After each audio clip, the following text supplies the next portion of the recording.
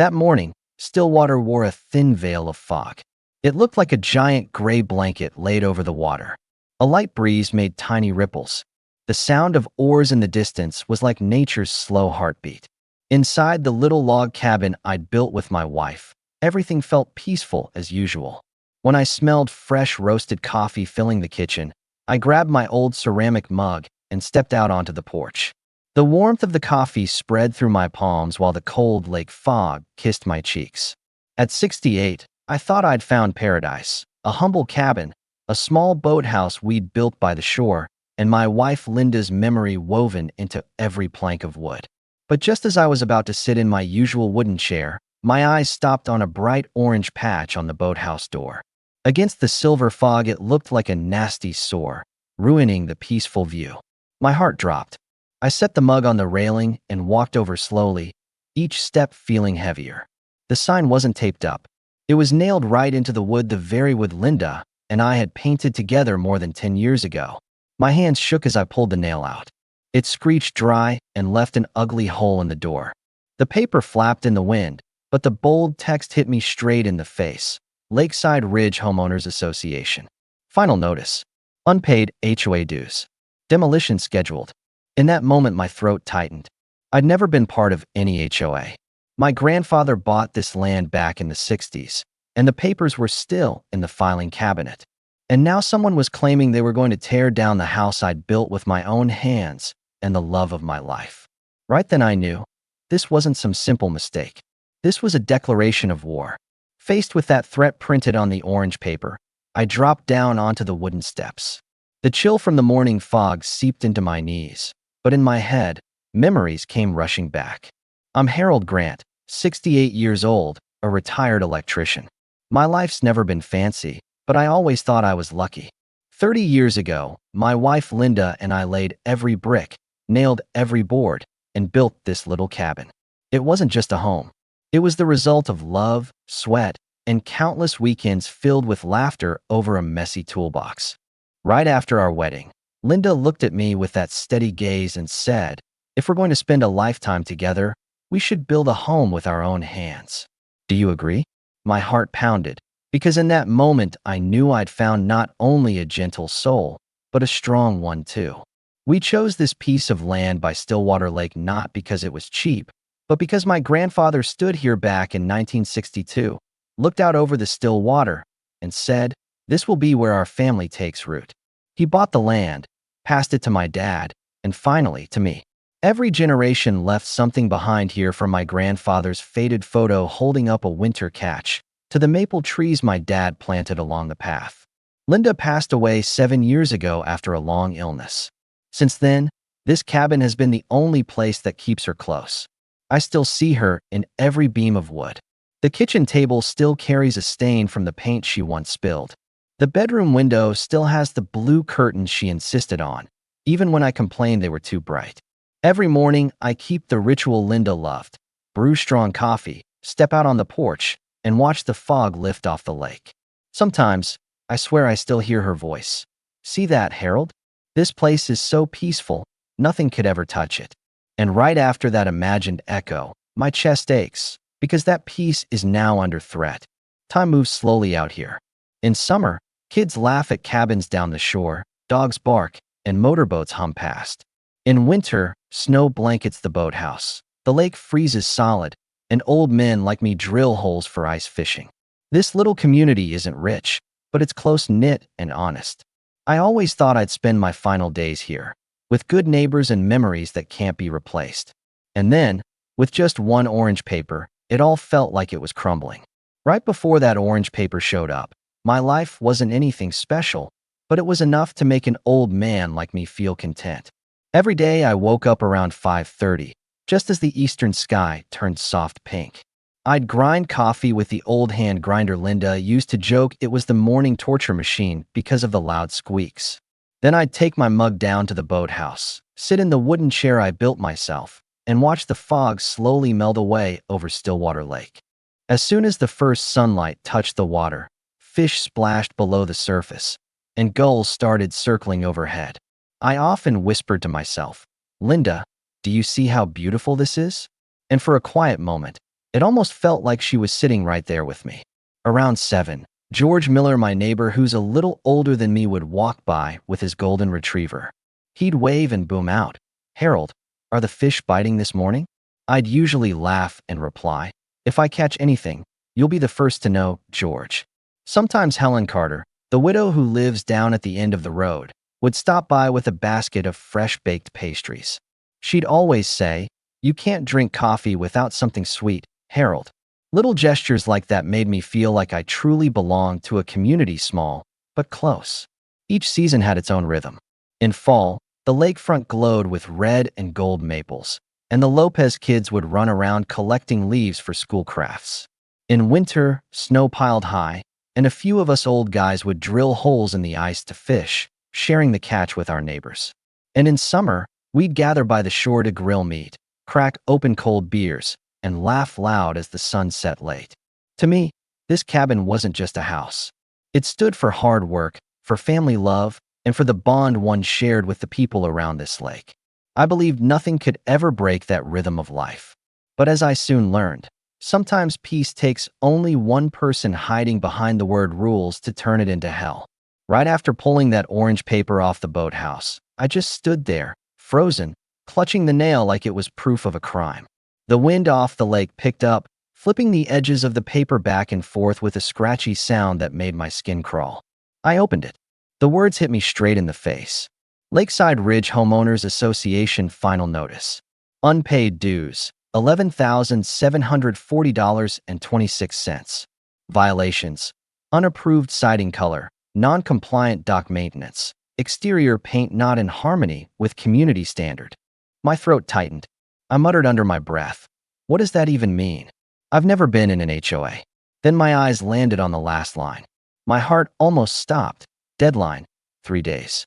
Failure to comply will result in demolition. I gripped the papers so hard my hands shook, knuckles turning white. 3 days. They were giving me 3 days to pay up or lose the house I'd lived in for 30 years. I rushed back into the cabin and grabbed the old landline phone. At the bottom of the notice was the HOA office number. I dialed it, still clinging to the hope this was just some clerical mistake. 2 rings, then a woman's voice came on, sweet and rehearsed. "Lakeside Ridge Homeowners Association, this is Monica Reeves. How can I help you today?" I took a deep breath. "Mrs. Reeves, my name is Harold Grant. I just found a notice posted on my boathouse. There must be some mistake. I've never been part of an HOA. My land isn't under your jurisdiction." On the other end, I heard a sharp little TSK, like a teacher scolding a kid for forgetting homework. "Mr. Grant, I see your file right here. It looks like you've owed fees for several years. The balance is currently over $11,000. I clenched my jaw, fighting to stay calm. "That's impossible. I have the paperwork, the property maps, everything proving my land isn't in your HOA." She let out a long, fake sigh. "I understand this might be a shock, but according to our records, your property was annexed into the HOA 6 weeks ago after a community vote. Perhaps you overlooked the notification letter." I froze. Annexed? A vote? I'd never received any letter. "Mrs. Reeves," I said slowly, "if there had been a legal change, I would have been formally notified. I never got anything." Her tone softened, almost soothing. "Don't worry, Mr. Grant. This is probably just an administrative hiccup. I'll flag your file for review. Everything should be sorted out before the construction crew arrives." A chill ran straight down my spine. The way she stressed construction crew made my stomach twist. I forced myself to answer, "All right, thank you. I'll be waiting for an official response." When I hung up, I stood in the living room, paralyzed. The ticking of the wall clock sounded deafening. My hands shook so badly I had to set the phone down. In that moment, my mind spun. Part of me wanted to believe it was just a mistake, that the system would fix itself. But deep down, something told me I'd just been speaking to a predator. The next morning, the sun rose earlier than usual, its harsh light cutting through the curtains and jolting me awake. I was just making coffee when I heard the heavy rumble of an engine on the dirt road leading to my cabin. That wasn't the sound of a neighbor's pickup. It was low and growling, like some beast crawling closer. My heart started pounding. I set the coffee cup down and walked to the living room window. On the maple-lined road, a 2-axle truck had stopped, hauling behind it a massive yellow excavator that looked like a giant insect. A big man in a reflective vest and hard hat jumped down from the cab. He held a clipboard thick with papers, scanned the area, then stomped straight toward my door. I opened the front porch door before he could knock. My voice shook, though I tried to sound steady. "What do you want?" The man didn't bother looking me in the eye. He jerked his chin toward the boathouse. "You Harold Grant? I'm Ted, foreman for Kruger Demolition. We've got a demolition order. Unless you've got a cashier's check for 12 grand, we start with the boathouse. If that's not enough, the cabin's next." The blood in my veins turned to ice. I stammered, No, that's impossible. I called the HOA office yesterday. They said they'd handle it." Ted shrugged, eyes dull. "I just follow orders. They told us to be here at sunrise. The work order says real clear, collect payment or tear it down." He jabbed a rough finger toward the excavator. "That thing can fire up in seconds." I clenched my fists so tight my nails dug into my skin. I knew arguing with him was pointless. He was just the hammer, not the hand that swung it. But I also knew if I didn't act, by the end of the morning, my whole life would be nothing but a pile of broken boards. I rushed inside, locked the door, and grabbed the phone. My trembling fingers dialed my oldest daughter, Rachel Grant. She's my greatest pride, a federal agent used to situations 100 times tougher than this. She answered on the first ring. "Dad, what's going on?" I steadied my voice and told her everything: the orange paper, the call with Monica Reeves, and now the excavator sitting in my yard. I could hear her breathing quicken on the line. When I finished, her voice turned sharp, nothing like the gentle daughter who usually called me every Sunday night. "Listen to me, Dad," she said firmly. "Do not step outside. Don't say another word to the foreman. You follow every step I give you." I swallowed hard. "All right, Rachel. First, use your phone. Take pictures of everything: the truck, the excavator, the license plates. If you can, get the foreman's face too. Then gather every document about the land maps, tax records, the deed. Photograph every page, and make sure the timestamp shows. After that, drive straight to the county office and request a certified copy of the plat map. That paper is your shield."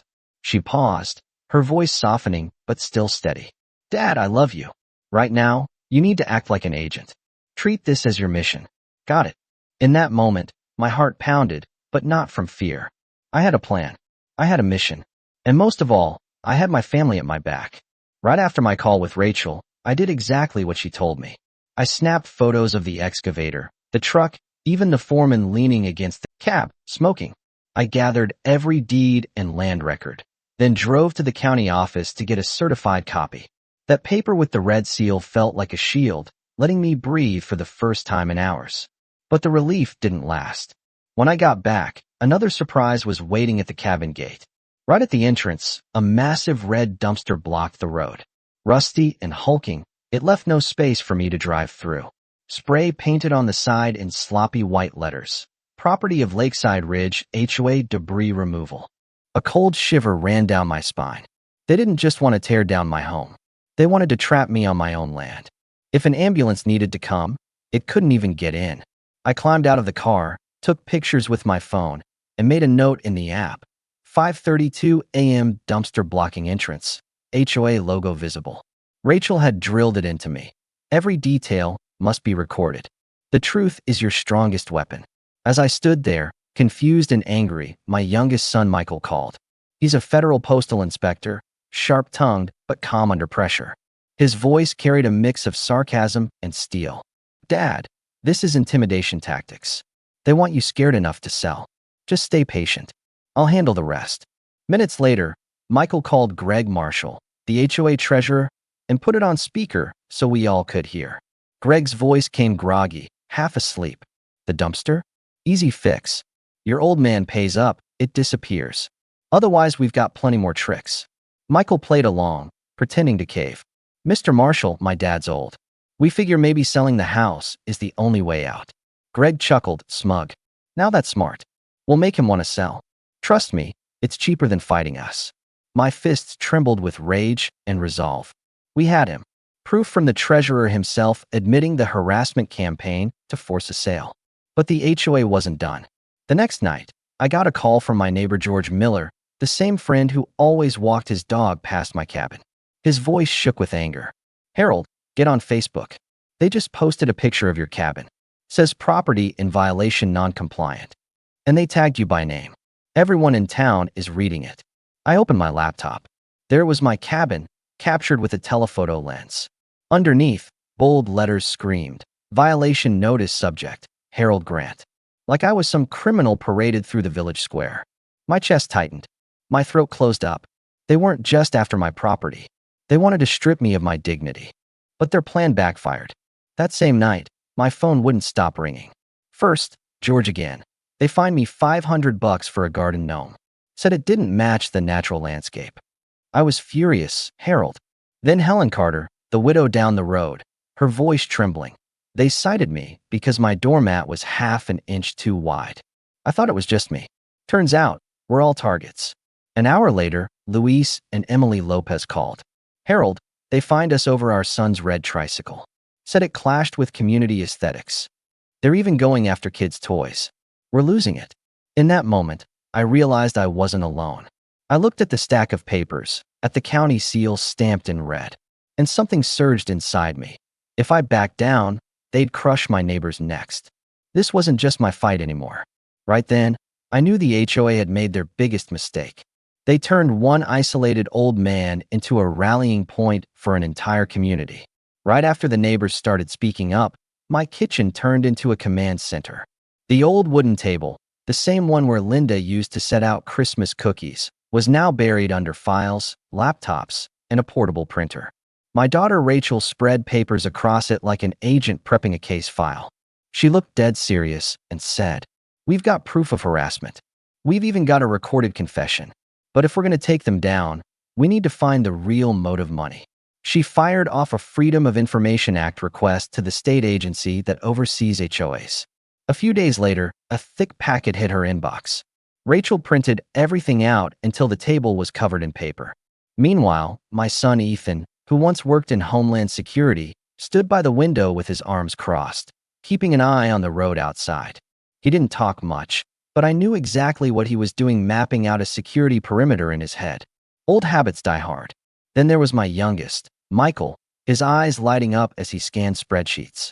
Years chasing postal fraud had given him a sixth sense for numbers. Suddenly, he leaned forward and tapped a blurry line item. General contracting and site management, $218,000. I squinted. What's that supposed to be? Michael slapped his hand on the table. No invoices. No receipts. Just a chunk of money carved out every quarter. If that's not a slush fund, I'm illiterate. Rachel looked up, her voice sharp as steel. Find the company taking the money. It only took a few minutes digging through the state's business registry. The name popped up on the screen, Reeves Contracting. Owner, David Reeves. Brother of Monica Reeves, HOA president. A wave of anger and disgust hit me. In my head, I could hear Monica's fake sweet voice from the other day. Don't worry, Mr. Grant. It's just a clerical error. Turns out it was nothing but a cover for a money drain. We kept digging. Over the past 5 years, the HOA had collected roughly $1 million in dues. Only half of it went to roads, snow removal, landscaping. The rest vanished straight into Reeves Contracting. Ethan, quiet until now, finally spoke. His voice rumbled like distant thunder. This isn't bullying anymore. This is organized embezzlement. That night, I called a few close neighbors to meet in my garage. Instead of laughter, the space echoed with the sound of papers shuffling and pens scratching red lines across documents. George showed up with a big flashlight. Helen brought stacks of old violation notices. The Lopez couple brought their laptop to cross-check HOA meeting minutes. I stood in the middle, holding up the plat map with its red county seal. This is the truth. They're not just coming after me. They're coming after all of us. And now, we've got proof. I watched fear in my neighbor's eyes shift into fury. Helen whispered, her throat tight. I thought I was alone, but it turns out we're all victims. Rachel nodded, like an attorney delivering her closing argument. We'll build a joint case. File it with the state attorney general. And when the time comes, we'll drag them into court. No more of this "they're the law around here" garbage. In that moment, I felt something change. This old cabin had once been the hideout of a widower. But that night, it became the trench line of a community ready to fight. And I knew we weren't just battling to save my house. We were fighting to take justice back for everyone. That morning, I decided to drive into town to grab a few supplies, some light bulbs, a box of nails, the kind of things I like to keep on hand. In my head, it was simple. 2 hours max. Nothing will happen. But as soon as my truck turned onto the dirt road back to the cabin, my chest went cold. From down the way came a familiar buzzing sound. Not bees. A chainsaw. Harsh and mechanical. When I saw it, I froze. The boathouse built by Linda and me with our rough hands. The place full of memories was nothing but a ruined pile. Old boards ripped apart, the roof torn to pieces, the window frame where Linda used to sit and read lying smashed on the ground. Foreman Ted and his crew were loading tools onto the truck. They didn't look at me. They didn't say a word. They acted like people who'd finished a dirty job and were getting out of there. The engine revved. The truck rolled away, leaving the sharp smell of oil and a wasteland behind. My knees gave out. I walked slow to the edge of the dock, legs shaking like I'd run a long way. The wind off the lake carried the smell of fresh cut wood, that raw, stinging scent like an open wound. I reached down and touched a broken plank. My finger froze when something snagged in a crack. I pulled out a faded photo. It was Linda and me, 20 years earlier, standing in front of the new boathouse. She was holding a hammer, sweat on her brow, and I had my arm around her shoulder. We were both smiling wide. In that moment, my chest tightened so hard it felt like I couldn't breathe. It wasn't just a building gone. It felt like the soul of my life had been ripped away. George Miller sprinted up from the end of the road, breathing hard. "Harold, I am so sorry. We called the police when we saw them bring the saws, but they moved too fast. Worse, I saw Monica's nephew loading the goodwood onto his truck. They called it reclaiming materials." Hearing that made my throat close. They hadn't just destroyed it. They'd stolen the very boards Linda had touched. Rachel, Ethan, and Michael came back soon after. They found me sitting quiet on the splintered floor, clutching the old photo. I didn't sob out loud, but inside I felt a silent collapse, heavier than any shout. Rachel knelt beside me and put her hand on my shoulder. Ethan stood behind us, face as hard as steel. Michael scanned the wreckage, eyes burning with anger. No one said it'll be okay. They knew it wouldn't help. The silence stretched until Ethan spoke, his voice rough and firm. "Enough. Defense stops here. Now we go on offense." I looked at my boys, then at Rachel. In all three of their eyes, I saw the same resolve. They weren't just protecting a house. They were protecting their father. Right then I knew I wasn't an old man alone anymore. They'd turned my pain into our drive. From these ashes, we were going to mount a counterattack the HOA would never see coming. Right after I got up from the wreckage, Rachel spread the plat map across the kitchen table. Her voice was sharp as ice. "Monica's not done. She'll be back to make sure you don't rebuild the boathouse. We're going to catch her right here." Ethan moved fast. From the trunk of his car, he pulled out 4 tiny cameras, each the size of a golf ball. He tucked one inside a wooden birdhouse on the oak tree, lens lined up perfectly with the hole. Another he fixed under the garage eave, pointed straight at the window where we'd planted the new boathouse plants. The third he hid in the brush along the property line. The last one he set inside the cabin, with a full view of the shoreline. Meanwhile, Michael prepped the bait, a stack of detailed blueprints for a fancier boathouse, with notes like reinforced foundation and exceeds county code. We left the papers carelessly on the work table, exactly the kind of thing a snoop couldn't resist. And me? The next morning, I went to the lumber yard, bought a dozen boards and some plywood, and stacked them neatly by the dock. Just enough to make it look like I was gearing up to rebuild. That was the lure. For 2 days, the cameras caught nothing but squirrels, George's dog playing in the lumber pile, and an Amazon delivery van. I started thinking maybe Monica was smarter than we gave her credit for.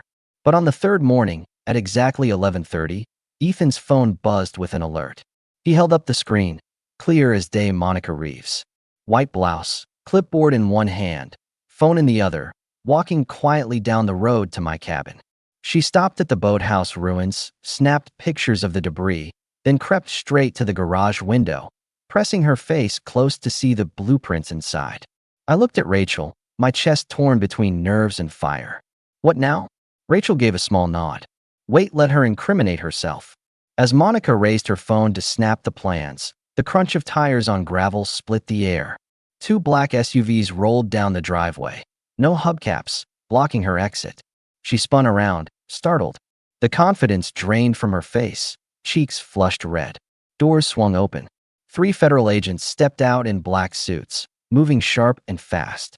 From the second SUV, Rachel appeared, wearing a simple blue jacket, eyes blazing with authority. Monica shrieked, voice shrill. "What are you doing here? This is private property. You're trespassing." Rachel didn't answer right away. She closed the distance, stopped a few steps away, her voice calm but cutting. "Mrs. Reeves, you're the one trespassing. And that's not even your biggest problem today." Just then, a county sheriff's car pulled up. The sheriff and two deputies climbed out, holding a stack of papers. He nodded at Rachel, then headed straight for the Lakeside Ridge gate, ready to execute a search warrant on the HOA office. Monica's jaw dropped. Her face went pale. She stammered, "You can't do this, I'm the HOA president. I'm the law here." Rachel pulled out her leather wallet, flipping it open to show her federal badge. Her voice rang out clear. "Monica Reeves, you have the right to remain silent. Anything you say can and will be used against you in court. You have the right to an attorney." The cold snap of handcuffs echoed as a federal agent locked them around Monica's wrists. From the cabin window, I watched it all, still clutching the old photo of Linda. No more tears came. Only a quiet feeling settled in me. Justice had finally set foot on this land. The trial took place just a few months after the arrest. The courtroom was packed, neighbors from around the lake, local reporters, everyone. I sat in the third row, clutching Linda's photo in my hands. As the prosecutor rolled out the evidence, fake maps, signatures of the dead, Greg Marshall's recorded confession about forcing sales, I felt the bricks of the HOA's fortress crumble one by one. When Monica's internal email lit up on the screen, the whole room went silent. In it, she wrote to Greg, "The old man by the lake called. Stall him. We have to make him sell before he figures it out. Don't worry, we're the law here." My throat closed. Right then, I realized I wasn't just a victim anymore. I was living proof of the truth. The judge, a sharp silver-haired woman, read the verdict clear and steady. Monica Reeves guilty of conspiracy, wire fraud, and extortion. Greg Marshall took a plea deal, spilling every detail. The entire HOA board was dissolved. Most of all, the court ordered Monica to pay me more than $60,000 in damages and to rebuild the boathouse herself, with fresh cedar. It wasn't just a legal win. It was a promise that Linda's memory and my family's work could never be trampled. But the impact didn't stop there. The county commission passed a new rule. Every HOA in the region must undergo independent financial audits every 2 years. What began as the story of one old man on the lake became protection for hundreds of families. A month later, with fall settling in, a big truck full of gleaming cedar pulled into my driveway. On the side it read, "Grant Boathouse Rebuild Project." That morning, the neighbors poured in. George brought his chainsaw. Helen came with warm pastries. The Lopez family showed up with their 2 kids, arms loaded with hammers and nails. We weren't just rebuilding a structure. We were rebuilding community spirit. The sound of hammers echoed across the shoreline, blending with laughter and voices calling out. The smell of freshly cut cedar filled the air, sharp and alive, like a promise of renewal. I watched the kids running circles around us, their laughter ringing, and realized fear had turned into unity. When we laid the last board on the new boathouse roof, I climbed up, hammer shaking in my hand. In that moment, I saw Linda again, sweat on her brow, her smile bright, hammer in hand just like mine. I drove the final nail in.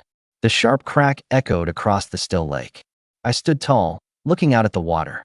A thin veil of mist drifted across, just like the first morning Linda and I began building. Quietly, I whispered, "You see that, Linda? Our home is back. And this time, it's stronger than ever." In that moment, I understood something simple. You can't vote against gravity, and you can't hide the truth forever. Sooner or later, justice finds its way, pulling everything back down to solid ground. I turned to my neighbors, raised the hammer high, my voice breaking. We didn't just rebuild the boathouse. We rebuilt justice for this whole community.